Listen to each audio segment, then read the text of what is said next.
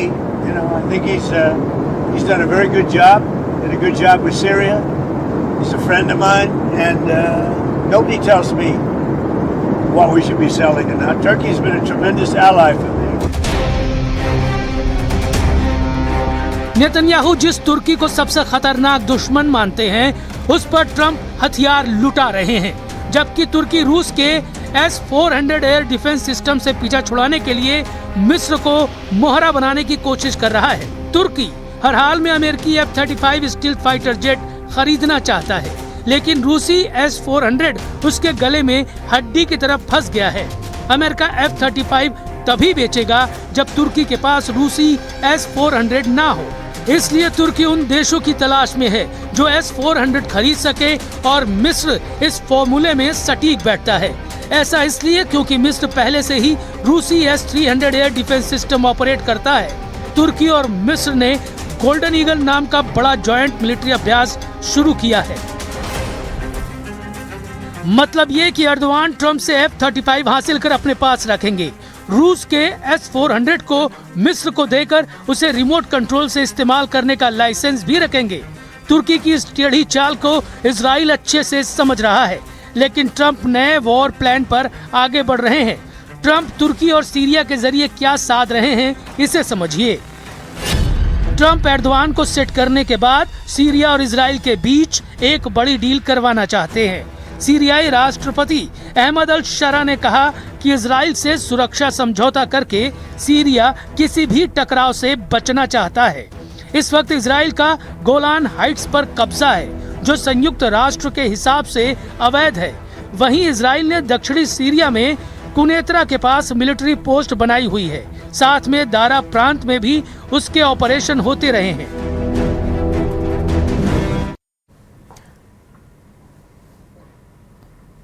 Ukraine खुद की बनाई बैलिस्टिक मिसाइल विकसित कर रहा है। दावा है कि सर्दियों तक उसकी टेस्टिंग पूरी हो जाएगी। यूक्रेन की डिफेंस कंपनी ने कहा कि अब कीव भी मॉस्को पर लॉन्ग रेंज बैलिस्टिक मिसाइलों से हमला करेगा। अभी तक यूक्रेन लॉन्ग रेंज ड्रोन से रूस के शहरों को निशाना बना रहा है। इस बीच रूस ने भी दावा किया है कि उसका nuclear under water drone final stage में है और जल्दी इसका इस्तेमाल वो युद्ध में करेगा।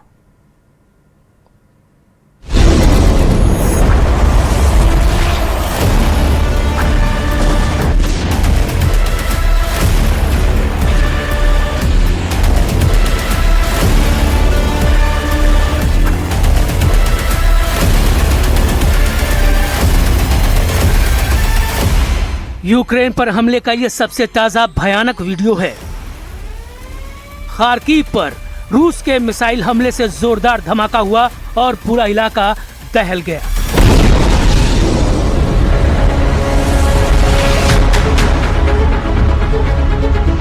इस हमले के बाद पूरा इलाका धुएं और मलबे से भर गया। यूक्रेन का दावा है कि इस हमले में एक महिला की मौत हो गई, जबकि 2 बच्चे घायल हो गए।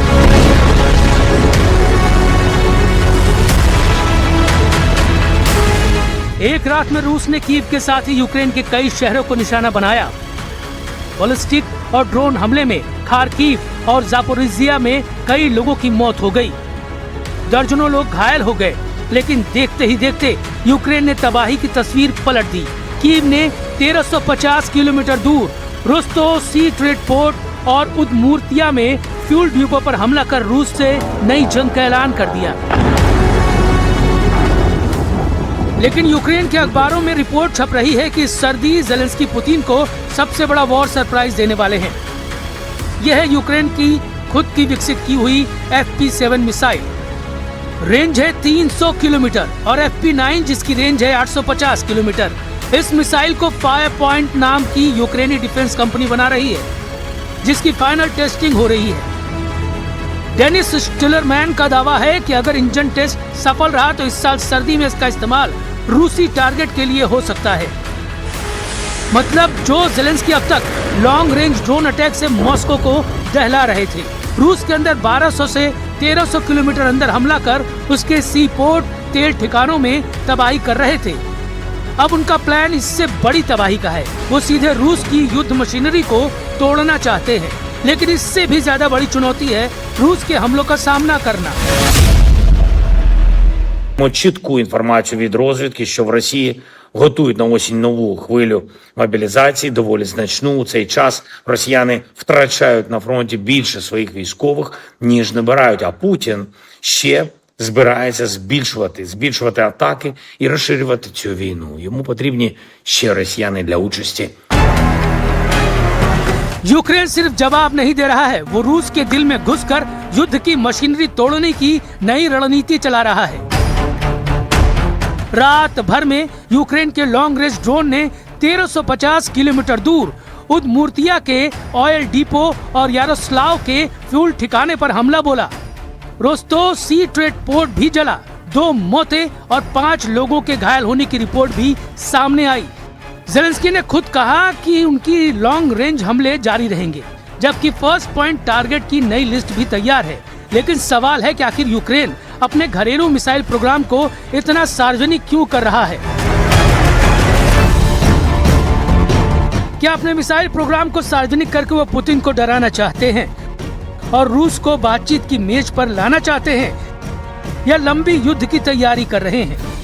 और ये मिसाइलें मॉस्को तक पहुंच गई तो पश्चिमी सहयोगियों की प्रतिक्रिया क्या होगी? इसके बाद यूरोप समर्थन बढ़ाएगा या जंग को भड़कने से रोकने के लिए दबाव बनाएगा? क्या यूक्रेन मॉस्को पर बैलिस्टिक मिसाइल मारने का दावा करके अमेरिका यूरोप से और ज्यादा हथियार और राजनीतिक समर्थन हासिल करने की कोशिश में जुटा है? लेकिन सवाल है कि ज़ेलेंस्की की हम चुपचाप नहीं मरेंगे वाली लाइन कितनी टिकाऊ है, जब रूस लगातार फ्रंट लाइन पर दबाव बनाए हुए है। Антибалістична система європейська, ми її називаємо. Чому? Тому що Україна будує лончери і ракету. Це серце цієї системи, але нам не вистачає інших деталей, важливих різних радарів. Передусім, це те, де у нас поки що. और अब सबसे बड़ा सवाल, क्या ज़ेलेंस्की के डीप स्ट्राइक रूस के खिलाफ सिर्फ सैन्य जवाब है या ट्रंप और पुतिन को बातचीत का दबाव बनाने का हथियार? 4 जुलाई को ट्रंप और पुतिन में फोन पर 90 मिनट लंबी बात हुई थी। ट्रंप ने फिर कहा था, मैं युद्ध खत्म करने में मदद करने को तैयार हूँ। दोनों ने जल्द फिर बात करने पर सहमति जताई।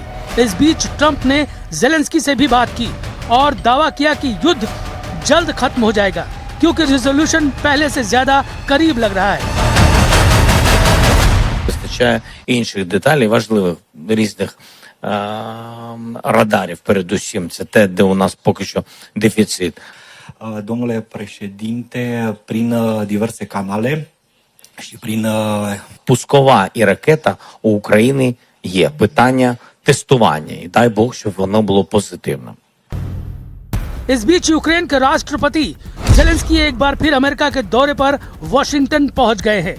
उनकी अमेरिकी राष्ट्रपति डोनाल्ड ट्रंप के साथ व्हाइट हाउस के ओवल ऑफिस में मुलाकात होगी। इस बैठक में यूक्रेन की एयर डिफेंस क्षमता बढ़ाने, पैट्रियट मिसाइल सिस्टम की आपूर्ति और दोनों देशों के बीच रक्षा सहयोग पर बात होने की उम्मीद है। ज़ेलेंस्की अमेरिका के साथ ड्रोन समझौते को अंतिम रूप देने की भी कोशिश करेंगे। इसके अलावा वो यूक्रेन के समर्थक रहे दिवंगत अमेरिकी सीनेटर लिंडसे ग्राहम की स्मृति सभा में शामिल होंगे। रूस लगातार बैलिस्टिक मिसाइलों से हमला कर रहा है। पैट्रियट सिस्टम ही रूस के मिसाइल अटैक को प्रभावी ढंग से रोक सकता है। ट्रंप ने पहले ही यूक्रेन को पैट्रियट बनाने का लाइसेंस देने का वादा किया है। इस मुलाकात में उस लाइसेंस को तेज करने, टेक्निकल सहयोग और कुछ इंटरसेप्टर्स की तत्काल आपूर्ति पर बात हो सकती है। अगर यूक्रेन खुद पैट्रियट बनाने लगे तो लंबे समय में रूस के मिसाइल हमलों की जवाब देने की क्षमता कई गुना बढ़ जाएगी। अभी तक यूक्रेन का अमेरिका के साथ पैट्रियट मिसाइल प्रोडक्शन लाइसेंस पर समझौता हुआ। इसका मतलब है कि यूक्रेन खुद पैट्रियट इंटरसेप्टर बना सकेगा। इसके अलावा नेटो देश यूक्रेन को इसी साल करीब 80 अरब डॉलर की सैन्य मदद देंगे। इसमें यूरोपीय संघ का बड़ा लोन भी शामिल है।